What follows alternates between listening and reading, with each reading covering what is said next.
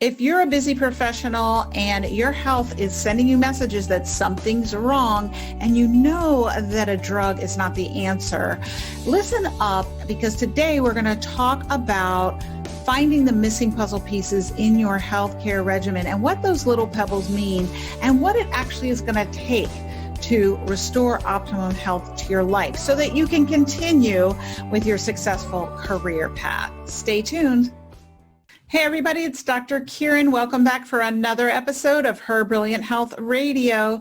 Today my guest is Jenn Malecha. Jenn supports busy, health-minded professionals, and she helps them find the missing pieces of their health puzzle, fix what's wrong, and get back to feeling like themselves again. She has over a decade of personal training experience. She has training in functional diagnostic nutrition and transformational coaching, and she empowers her clients to be the boss of their own health. Welcome, Jenn. Welcome, Jenn. It's so good to have you on the show. Yeah, thanks for having me here. I'm excited to chat with you and your audience today.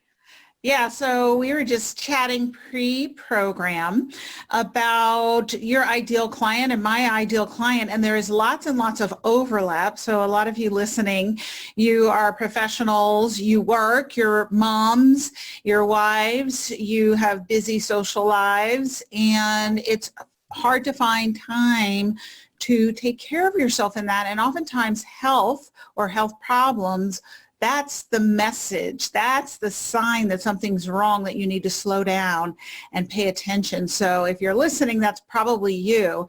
And so Jenn's going to talk about her unique approach to how she helps people understand how to navigate back to health when they're busy professionals. Yes, definitely. I mean, I was one of those people. I remember a long time ago in the beginning of my health journey, I was a busy professional working the long 12-hour days, burning the candle at both ends, essentially. And my body started to show symptoms to me that I ignored for a really, really long time. And it wasn't until I was slapped with a diagnosis of skin cancer at a very young age of 26 that I was like, there's something not right here. Like, I'm the healthiest, quote unquote, the healthiest person that I knew at the time. And I had no risk factors for skin cancer. I was like, my body's really trying to tell me something. And that's when I was exposed to this world of functional lab testing.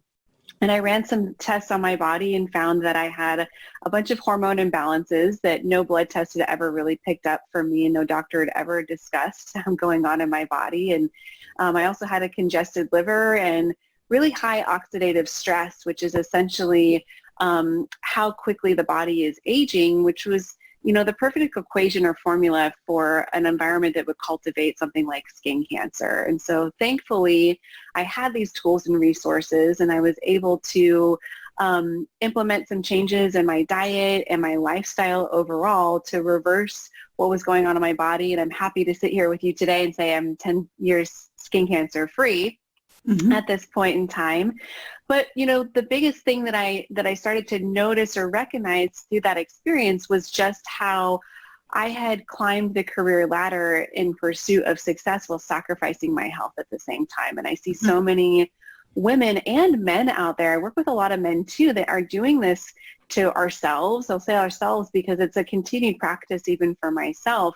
And, you know, I think it's just a factor of our society. You know, there's these expectations out there to be the best or do the best and have a million things going on our plate. And we don't really recognize the impacts that is having on our health until there's a significant issue or occurrence that happens. And my hope here and what we're going to discuss with the audience today is that let's not wait for that catastrophic event like something like a cancer diagnosis to take back control of our health, because when I look back, Kyrin, like there was little signs leading up to that diagnosis. Like I had all of a sudden developed seasonal allergies where I had never had them before. And I was having sensitivities to chemical smells and perfumes where those things were never true for me before either. And had I paid attention to those signs early on and those symptoms, I may have prevented skin cancer in the first place, but I just continued to ignore it. And I was talking with a client this morning about that. We've made great strides with her health, and now I spoke to her and she's backsliding. She says, I'm still in my size 10s, but they're starting to be tight and I refuse to get on the scale and I'm bone tired and my sleep is now disrupted. And I'm saying, well, your body is talking to you. And so it's interesting because people like you, people like me, we had these very successful careers, and then we had the health challenges, and we not only healed ourselves, but now we are helping to heal others. And yet I find the challenge is, and if you're listening and this is you, listen up because this is important, is to get people on that hamster wheel using their health to create their wealth, to stop and pay attention and really get them to listen that, hey, the way you're living your life is what's causing you to be sick and something's got to change. Mm-hmm. I think that is the hardest thing in the world. And I'm really getting to this point in my career and training professionally and personally where I'm really seeing so clearly that your personality is your health. And unless you make a ginormous personality change, you're probably going to continue to have the same health challenges. So I'd love your input on that because I know we were talking about that right before we started recording. Yeah, I just hear so much more talk going on around this. And one of the things that I kind of say all the time is that in order to have your optimal health, you have to learn how to navigate life differently. Like we were talking pre-program, is the definition of insanity is doing the same thing over and over again and expecting a different outcome. So if you expect to be the same person continuously without making any changes there, but you want a different outcome in your health, that's not how the universe works. It's not that, it's not going to work out for you. And I've personally have had to make a lot of changes in my personality to have the health that I have now, recognizing like my maniac old ways of, putting myself last or putting too much on my plate that was driving me into the ground. So one of the things that I started to notice as a functional diagnostic nutrition practitioner was, I'd be giving people recommendations and they would be not following through or kind of like self-sabotaging. And a lot of people will say that, well, that's a lack of discipline or determination. And I just don't think that that's true. I think that it more comes down to mindset and not having the right tools or the behaviors to back up the changes that you want to be making. And so early on in my career, I decided to get some training in what's called neuro-linguistic programming, or we call it transformational health coaching for something more simplistic. And what I get to help my clients do is actually rewire some of their belief systems and some of the behaviors that are going on in the background that are keeping them in that kind of hamster wheel, like maniac work pattern, where they can take a step back and recognize that they have worth in other areas of their life. It doesn't have to all be tied up in their work. And also to recognize that when you do actually have better health, you perform better at work. I think a lot of us know that, but it's hard to let go of the work in order to improve the health so then we can come back and perform better at work, right? So what you're struggling at on a day-to-day basis at work, like lack of creativity or inability to handle stress or manage your employees as well as you can or be calm in certain situations, that is all a result of having not so great health. So if we work on your health, guess what's going to happen? The creativity is going to flow. You're going to have a better ability to handle stress. You're going to handle situations with calmness and be able to go home and sleep at nighttime instead of like racking your brain over it all of the time, right?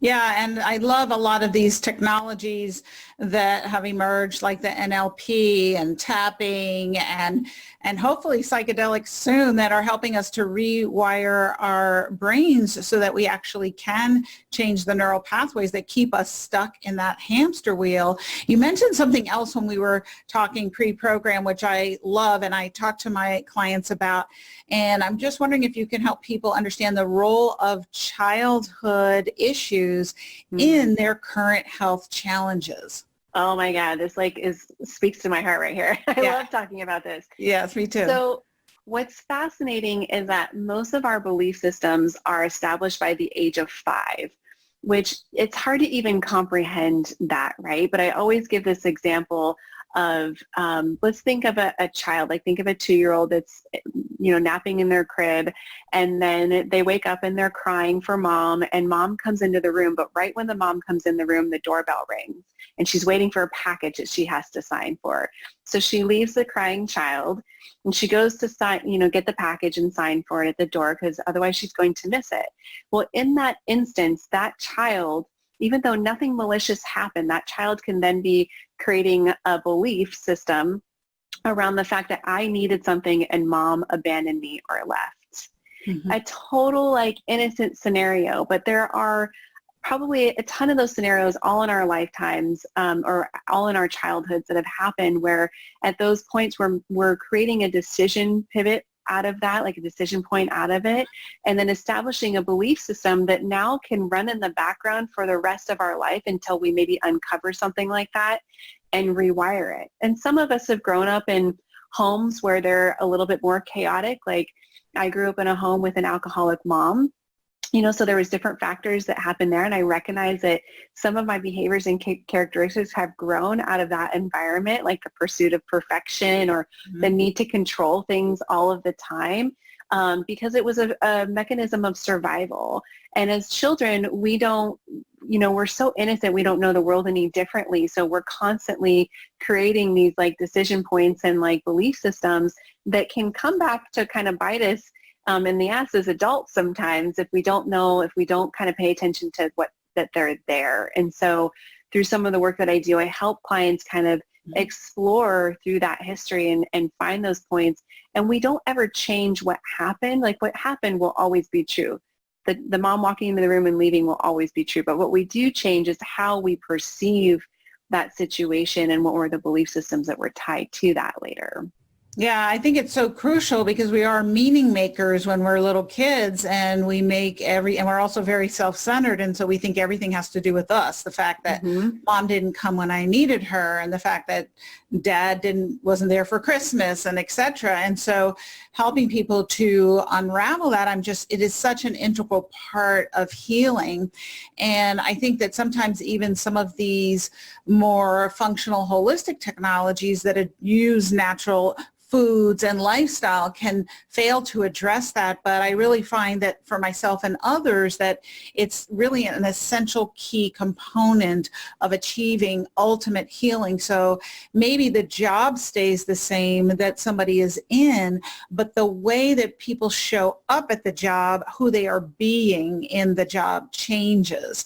So I think a lot of people worry that, oh, she's saying I have to have a fundamental personality change. Oh no, but I have this career and I don't want to lose it. It doesn't mean you have to lose anything, your career, your family, but the way that you exist and flow through the roles that you play has to change a lot of times. So I love that you incorporate that. And talk a little bit more, because I love talking about my experience with how when I practiced traditional medicine, OBGYN, I had checked my thyroid at least 10 times and it was quote unquote normal. And then when I did the right tests and read them the right way, oh, you have low functioning thyroid. But I think that people can't hear this enough, because I will tell people that and they'll say, oh, I'll tell my doctor to check my thyroid. And they go running to the doctor, and you're not hearing what I'm saying. They're not going to do the same tests, and they're not going to read them the same way. So talk about your experience with that and why normal is not normal. Yes. Oh my gosh, I love this topic too, because I share a similar experience to yours. So skin cancer was my first health crisis, and then estrogen dominance, toxic mold, and Hashimoto's was my second health crisis later down the road, and was stuck in that rut of not being able to get answers through conventional medicine again. And there is a time and place for conventional medicine. Like if you get your arm chopped off, you need to go to a regular doctor. If you come back with Ebola virus, don't come see me, go see your doctor, right? But I think what's happening, and we're seeing this shift, is that the standard of putting people into a box, like a traditional cluster of symptoms and getting a diagnosis, is no longer working, and people are really seeking out personalized healthcare because they're recognizing that sticking me in a box and giving me a medication is not working either. And so many people that I'm sure we both work with are on medications for thyroid or something like that, and they still don't feel great. So they're still searching for that. When do I get to feel like my best again? When do I get to feel at home in my body again? Like a medication or a diagnosis is not necessarily the solution to that.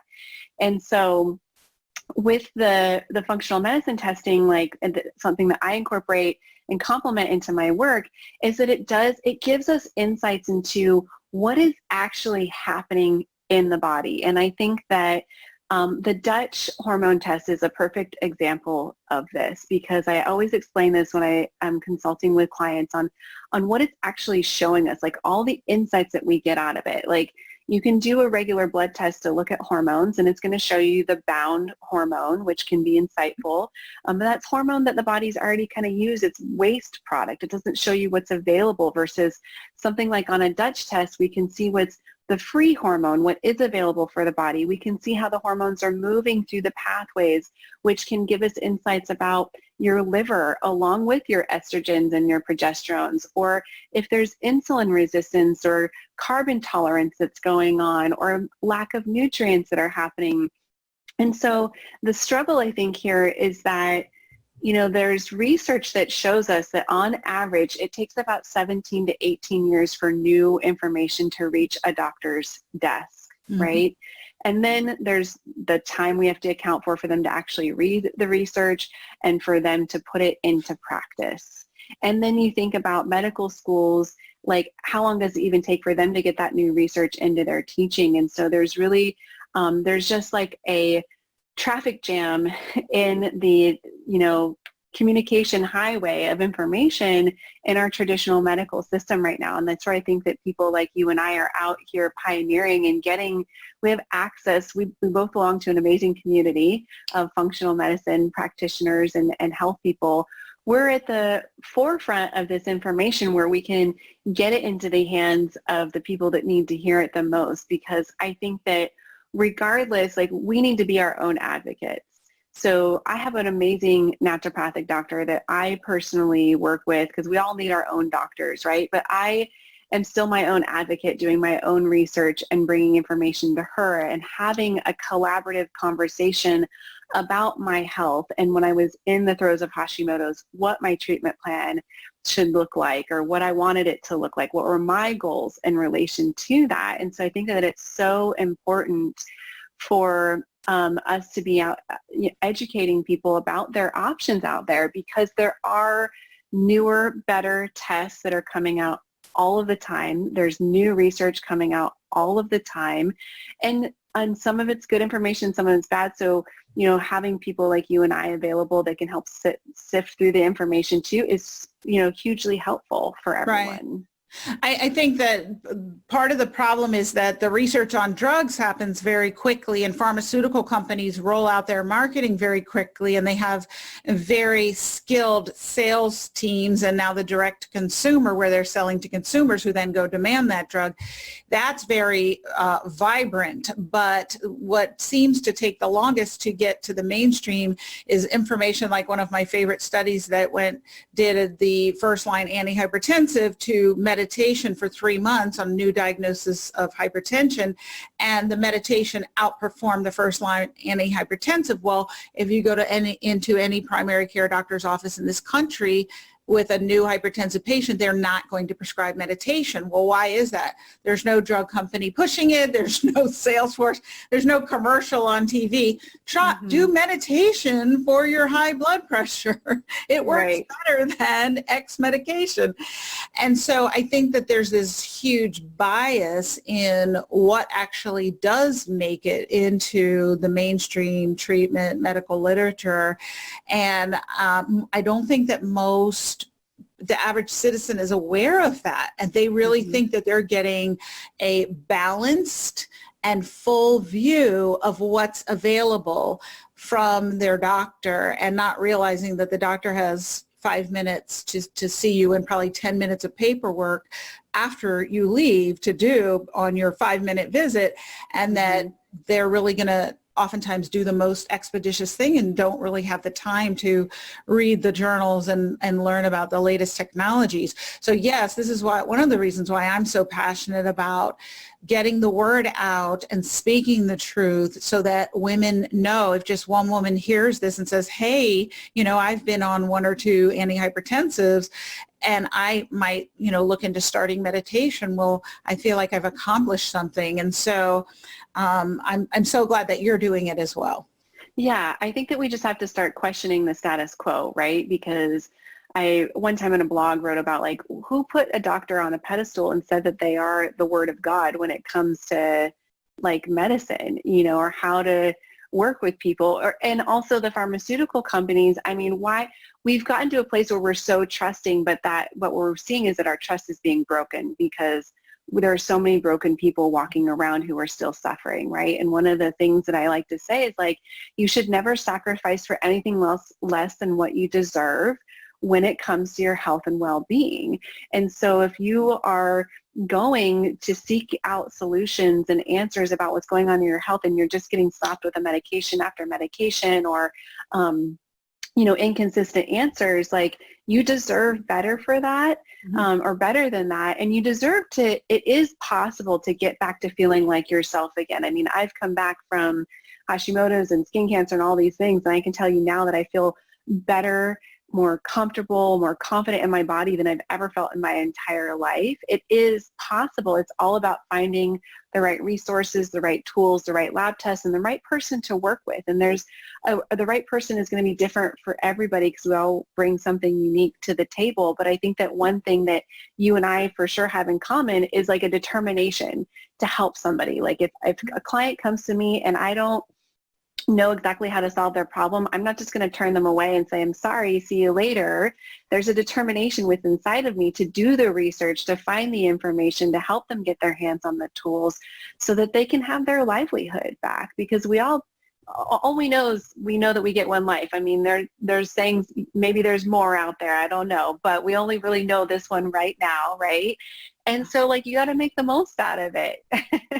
Yeah. And, I just wanted to comment on, put doctors on a pedestal and said they were God. Well, MD, it stands for minor deity. So that's where that comes from. But yes, I agree with you. And as you were talking, I was thinking of a few different things. One is I do want to get into some nuts and bolts about what are some tests that maybe people should be having done that they could have done at their regular doctors and some caveats around that. And then the other thing is just this whole concept of deservability. I think another issue that really hinders what kind of health care we get as citizens is the fact that we've been conditioned to expect what we're getting. Mm-hmm. And that is a pill for every ill, a drug to control our symptoms, and not truly the creation of health. And so that's why Jen and I are doing what we're doing, because you deserve better. If you're listening to this, you deserve better.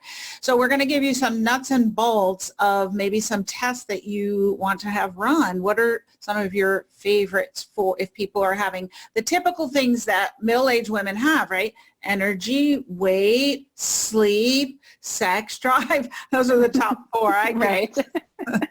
100%.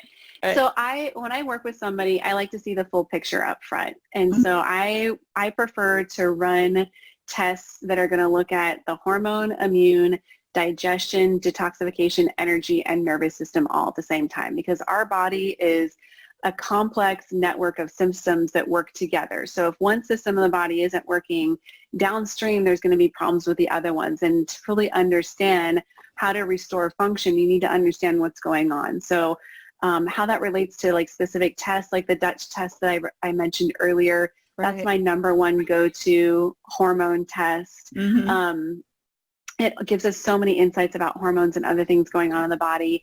I always run a stool sample test, so I tend to use the Diagnostic Solutions GI map. Mm-hmm. It helps to look at things like parasites and bacteria and yeast overgrowth, things that could be contributing to poor health internally that we need to like work on. But there's also markers for intestinal health on there about inflammation and toxic enzymes and fat digestion and reactivity to gluten and things like that you get so many more clues on. I love running a BioHealth 101 metabolic profile, which is a simple urine test that looks at urinary bile acids. So it shows you, like, are you moving bile through the liver? So it kind of tells you, like, is the liver congested or not? Is that like an area of opportunity to clean up? Because the liver is where we convert thyroid hormone. It's where we eliminate excess estrogen. It's where we convert glucose to glucagon and like all the reverse of that. And on that same test, you can also look at how well you're breaking down protein. So that's important from an absorption standpoint. And are you getting nutrients? And then it also looks at that oxidative stress marker that I mentioned earlier. And then depending on what a client presents, like I will run a food sensitivity test, but I usually will kind of make a choice between Oxford Biomedical's MRT test, or I also love Cyrex Labs, their ARA number 10 test as well to look, usually I run that with more autoimmune type of clients, to look at the food antibodies. Metabolic typing, which is not as well known out there for most people, but it is actually a written test that you do, and it looks at, are you a fast or slow oxidizer? Are you more sympathetic or parasympathetic driven? Which basically gives us insights as to how do you metabolize food specifically, and are you somebody who's going to do better on slow fuel like proteins and fats, or fast fuels like carbohydrates? And then it produces this ideal list of foods, which I find for clients is so helpful because it gives us a framework to work within and like some clarity around, here's some foods to focus on. And I complement that with a food sensitivity test. Right. So those are the... I was just going to say, if people are listening, they're probably thinking, oh my God, that's a whole lot of tests. That's a lot. And it doesn't sound like something they could do themselves. And so I know the first question that people always ask me is, my insurance going to pay for that? So I always like to put my mindset on when I do the interview of, if I'm listening to this as a potential client, what am I thinking? And so I'd love it if you could talk about that question and how you discuss the insurance issue with people. Definitely. So this is a question that comes up all the time. And first and foremost, I think that people should be educated about health insurance in the first place, because there are options out there, and you really want to educate yourself about your insurance options, because you may be in an insurance plan right now that limits your flexibility with being able to spend money on these types of tests. Most of these tests are not covered by insurance, even if you go and get them ordered through a medical doctor, because they are not recognized by insurance companies as something that is warranted to be covered for.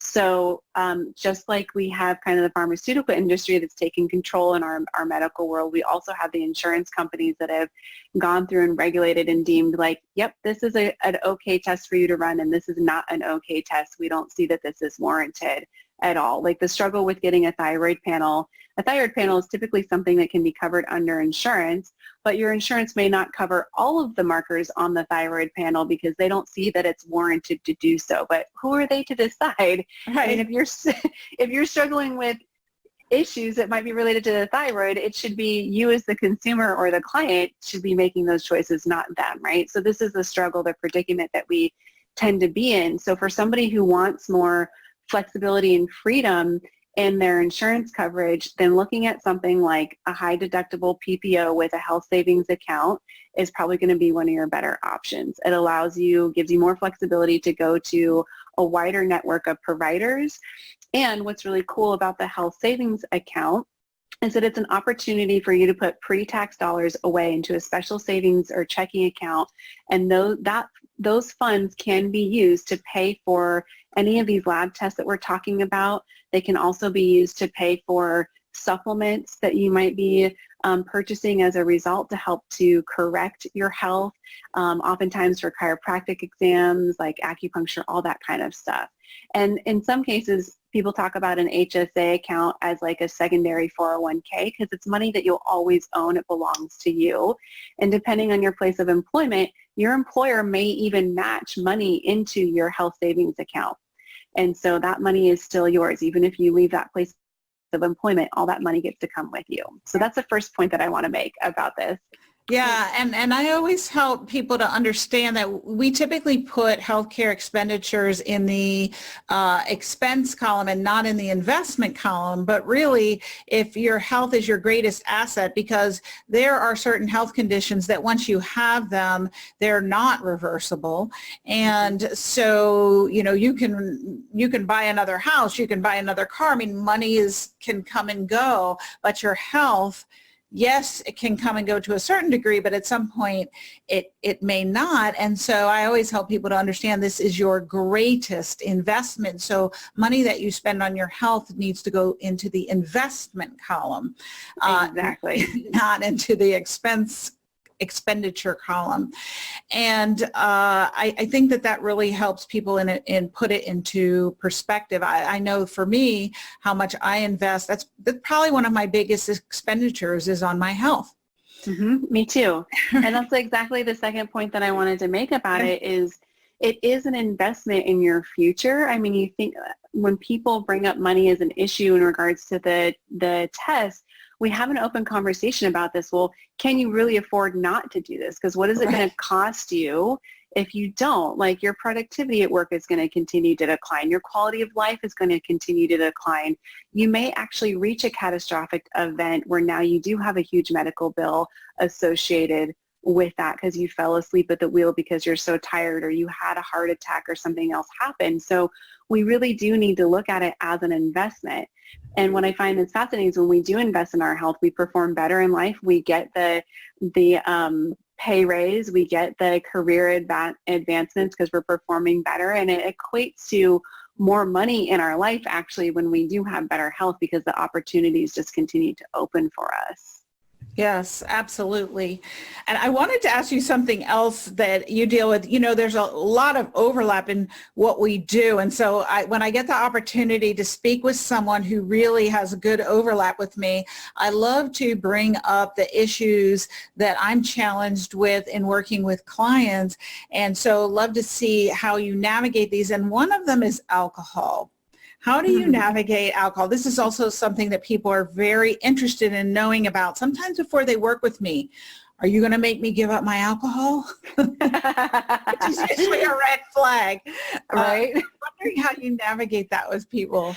Yeah, I think that first it's building trust in the process. So if that's a big deal for clients, I don't pull it right out from underneath them right away. We say, okay, like what would be some realistic boundaries that we could set around alcohol? Like I refer back to Dr. Sarah Gottfried. I remember in one of the first books that I read of hers, like she talked about like 4 drinks per week or less. And so I kind of bring that up as an example is like, is that workable? Because then if you're at a work function or something, or like on a Friday or Saturday night, it's like 2 drinks here, 2 drinks there. And usually that's like an easy place to start with. And then what I really work on is cultivating a connection with the body and starting to create positive and negative feedback loops about how the body is responding to certain foods or drinks like alcohol. So I actually have clients go through this process of what I call food and body language log journaling, where they either eat or drink things and then they check in with their body about 30 minutes to 2 hours later, and they notice how the body is responding, and the negative responses will give them clues about what things aren't working for their body. And the cool thing is when we start to create this connection, we can start to see like, oh, when I have that, I feel brain fog or I feel crappy the next day, versus when I choose this, I feel clear-minded and creative and I have all the things that I want.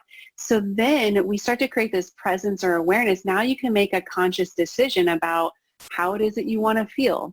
And that's where your food and your beverage choices start to come from. And when we make choices from that place, it no longer feels like deprivation. It comes from a place of empowerment. It makes it much easier to make those choices when you start to make the connection of how you feel. And like I tell my clients to play this game with themselves, like sit there and ask yourself, is it worth it?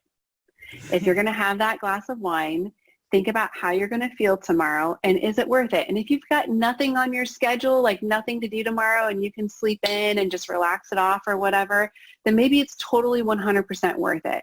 But if you've got like a slam day tomorrow where you need to be on your A game and that glass of wine is going to create brain fog and you're not going to be able to operate properly like you want to, then maybe it's not going to be worth it in that moment in time. And then I also say, like, I'm a huge foodie and I love to travel. Mm-hmm. So like I 99.9% of the time avoid gluten or alcohol and a lot of those other things. But if there's a once in a lifetime opportunity to go to Italy and eat some like homemade pizza made out of mama's back, kitchen or something, like I'm going to eat it because it's a once in a lifetime opportunity versus I'm going to, drink it because it's a once in a lifetime opportunity, because that's not something that I could normally get at home. If it's just like a run of the mill day and a run of the mill glass of wine, like what's the point? Like right, well, and the wheat in Italy is different than the wheat that we have over here, so the gluten concentration is less. But I'm with you. If I'm going to Italy, I'm going to eat the pasta. I'm just going to just take it and eat it. So yes, great. I love that approach. So really a kind of a learning about self and really tuning in. I think that part of the reason why we successful women get into these health pitfalls is because we disconnect from our bodies and we stop paying attention to what's going on. And the fact that, when I do have, more than one glass of wine, the next day I really don't feel good. And then I'm drinking more coffee because I need the caffeine and, and so on and so on. So tuning back into what the truth is. And speaking of that, we have a few more minutes. I know that you have 5 gifts that you want to give your gut to help with your health and reverse autoimmunity and other issues. Do you want to talk a little bit about that?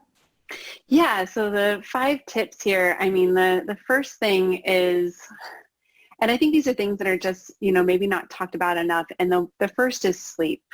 I mean, I often will say, like, we need to learn to value sleep more than we value diet and exercise, because your diet and exercise efforts will be diminished if you're not getting adequate, good quality sleep. And so that's got to be your number one priority. When you start sleeping better, you're going to notice instant improvements and results in all areas of your life, ability to handle stress, weight loss, whatever it is that you're seeking. So I think that's first and foremost. The second is actually maybe considering turning down the intensity on your exercise routine. So all of us on here, I'm sure listening, like we're all these A-type personalities, super success driven. And this is a lesson that I had to learn, was that the intensity of my exercise routine was actually adding additional stress or depleting my body even more when my body was in a depleted state. And so I could just never recover. And this was huge for me, my Hashimoto's and autoimmune healing journey, was I had to cut back. I came from a history of Olympic lifting and being a personal trainer. So I really had to cut back on the exercise intensity and allow my body the space and the time to heal. So recognize that, if you're right. But I just want to say, if you're someone listening and your exercise routine is not going to the gym, that is not you. You do not. Exactly. Yeah. Movement is critical on a daily basis. Let's just clarify that part of it. And then I think that the third one is really figuring out what foods are right for your body. So there's a lot of dietary theories that are out there, and what I have found works best for everybody that I work with is pulling pieces of different dietary theories to blend it together, to find something that fits them, like going with an autoimmune paleo diet that's going to help to eliminate inflammatory foods, and blending that with a keto style diet that's going to give them the right ratios of maybe carbs and fats and proteins that they need. So there is no one size fits all. Your body is unique, and therefore your diet is going to be too, right? I think that the fourth one is what we kind of talked about earlier, was just understanding that you may need to learn to navigate life differently. The person that you have been, or the only person that you know how to be right now, may not be the behaviors that are going to support the health that you are striving for. And having forgiveness with that, and acceptance and surrendering to that too, because It doesn't mean that you've done anything wrong, that you should beat yourself up over it. It just means that there's an opportunity to change if you're willing to make the changes. And I think that's just so important as well. And the fifth one, I would say then, is going to be in relation to toxins. That's just something that I find with clients that is not, again, talked about or that they're not aware about enough. And we live in a huge human chemical experiment right now in our world in this day and age. Right? We're a big chemistry experiment. We're living. Yes. Yeah. And we don't even realize, like, just, I love, Chris Kresser said this so wonderful at a talk that he gave at Paleo Effects, that he gave the example of, like, when it comes to chemicals and toxins, we think that it has to be in huge amounts, like doses. He's like, but in perspective, like, it could be the size of, like, I think he said a teaspoon or a tablespoon in comparison to an Olympic-sized pool. Like, it doesn't take a lot in order for toxins to have a huge negative impact on your overall health and well-being. And there are some toxins that are completely outside of our control, like things that might be going on in our office buildings that we're working in. But I always encourage clients to look at the things that are within your control, which are the things that you put in and on your body first and foremost, yep. Right? And then seeing from there, where can you expand and improve your air quality or other things that might be going on. And ultimately realizing that if your work environment is very toxic, which some of my clients have had those situations because there's mold or something going on, like, yeah. If you're dealing with a real health issue, this is another opportunity for you to stand in your power and to say, like, I need to work from home because this environment is toxic, or I need to move because this environment is toxic, and regain that power that you have when it comes to your health, and not be afraid to stand up for yourself and what it is that you need. Right. I want to just reemphasize that last point about the toxicity, getting rid of the toxins in your life. I really think that the things that we can't see that are affecting our health, this is the next frontier that people are starting to wake up to. And if you're listening, wake up to this now, because this is probably the difference between you being optimally healthy or not that you're missing. If you're missing something, it's the effect of toxins in your life. And I love how you said it, what you put in and on your body, and then I'll just add, and in your home, because that's your second body, it's your second skin. And so what are you using in your home that could be toxic? Jenn, thank you so much for sharing your expertise and your passion and your path and your purpose with us. It's just been delightful talking with you, and the insight that you have and the empowerment that you help to give women. Thank you so much for the work that you do. Please tell everyone your top 3 tips, because we covered a lot of territory, that you would give them the call to action today to 3 things that they could do. So 3 things that they can do is, 1, so in relation to sleep, is get to bed by 10 p.m. Trust me, your body will thank you for it, 100%. Really pay attention, like, start to just tune into your body about the foods that you're eating. Like, know that there is a difference between eating healthy and eating right for your body. So just because you're eating, quote unquote, a healthy food may not be necessarily right for your body. So just start to pay attention and cultivate that consciousness, and trust your intuition. Us women we have this intuition that we just don't always trust sometimes. So pay attention to that, and you'll start to be able to recognize, oh, this food's good for me and this food's not, and then you'll feel better as a result of that as well. And then I think that the probably third and easiest step for them to do from what we've talked about today is starting to pay attention to those toxins. That's something very tangible. You can take a look at your personal care products, your cleaning products, what's going on in your home. Are you eating organic foods? Are you drinking filtered water? And start to make some shifts and changes. And don't feel overwhelmed like you need to do it all overnight. Do it one thing at a time. You know, you run out of your concealer, swap it for something that's a little bit more eco-friendly or less toxic, right? Right. Great tips. I love those. And the name of the podcast is Her Brilliant Health. You certainly exemplify that and help women to create that in their lives. I'd love it if you could share with everyone what that means to you. So that means feeling at home and 100% confident and comfortable in your own body, because when you feel that way, you are the most brilliant, magnificent version of you ever. And it's something that every single one of us deserves. Yes, I couldn't have said it better. Please tell everyone how they can find out more about you. So I'm really active on Instagram. You can follow me at Holistic Health Boss. Holistic is with a W, like whole or whole foods, empowering the whole body naturally.